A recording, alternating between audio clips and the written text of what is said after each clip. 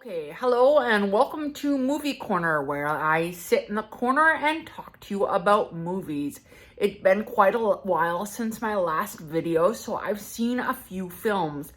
First off, Imaginary showed some promise. It seemed like it was, well, creative in terms of what they were doing with the horror genre, a sort of haunted teddy bear type thing, or maybe a dark form of an imaginary friend.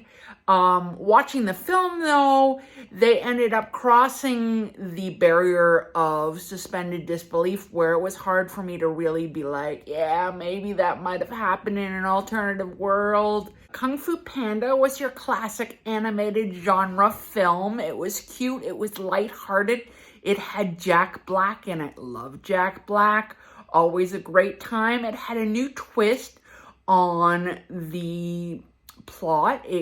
Every film by Kung Fu Panda in that franchise is definitely new and imaginative and great. And this time it kind of had a spin that said, give people a second chance, don't judge people by their covers, and I really liked that idea. It also seemed to be a good film to break up some of the more serious films that I had seen.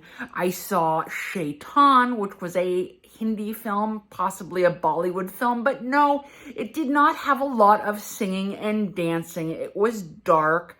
The mythology was interesting. Someone definitely had some intelligence in order to come up with these ideas, but it definitely also was kind of disturbing. So if you don't want to go see a very dark film, avoid that one. So the next film I went to go see was Arthur the King. It was an uplifting film.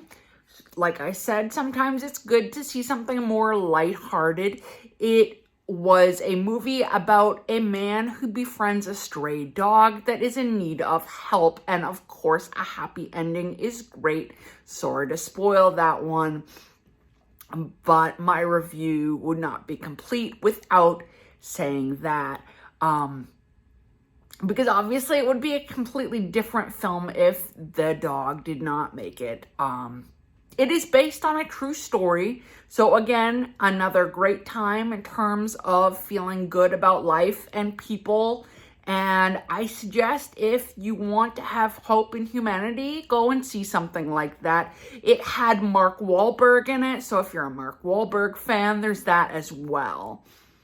I saw Snack Shack. Snack Shack was kind of silly, a little perverse. I wondered why 14 and 15-year-olds were doing certain activities that seemed a little too mature for them, but maybe certain 14 and 15-year-olds do go through stuff like that. It was what they call a coming-of-age piece, not something I would go see again, but I get a lot of passes to go to movies too because I have a subscription program, and with the strike, I think there are less options out there too. Snack Shack, I'd probably give a thumbs down to.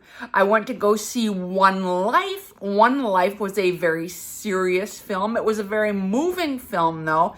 It was about a man who helped save a lot of Jewish refugees who needed to escape Hitler as he tried to expand from Germany. He did this by arranging adoptions and foster parents for these kids in England.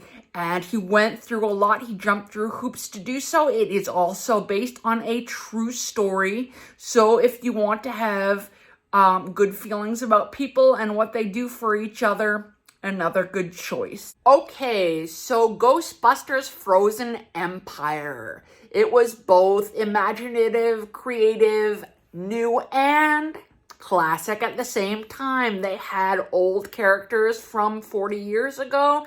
They had new characters from the Afterlife movie, as well as Kumail Nanjiani featured in this one, and I love Kumail Nanjiani. He's a great comedian as well as an actor who adds a lot to these films that he's in. So I enjoyed it despite the theater being practically empty when I went to go see it opening weekend.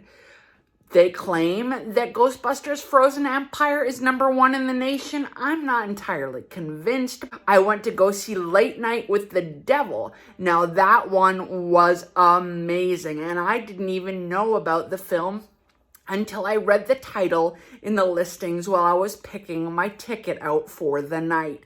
It completely veered off your typical formula of a Hollywood movie. It had interesting characters, ideas. I love horror, especially horror that features supernatural elements. And again, it's like a dark mythology for me, so that makes it fun.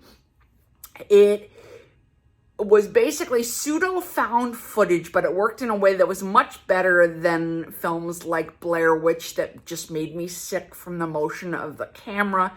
If you want to see something new and fun that also has some nostalgia to it because it was made up to look like a 70s late night show, I think you'll have a great time seeing that one. Lastly, I saw Immaculate, another film with a lot of promise that kind of turned out pretty bad. All they did in terms of setting things up in the trailer was something intriguing, but then they didn't deliver much after that, and really you could have gotten the gist of everything from the trailer. I thought it was fun to see the guy from Money Heist, the guy who plays the professor and the lead criminal in Money Heist, ended up playing a priest. Apparently, Spanish people and Italian people are interchangeable in the Hollywood universe, which I find funny and not really true, but that's what Hollywood, I guess, seems to think.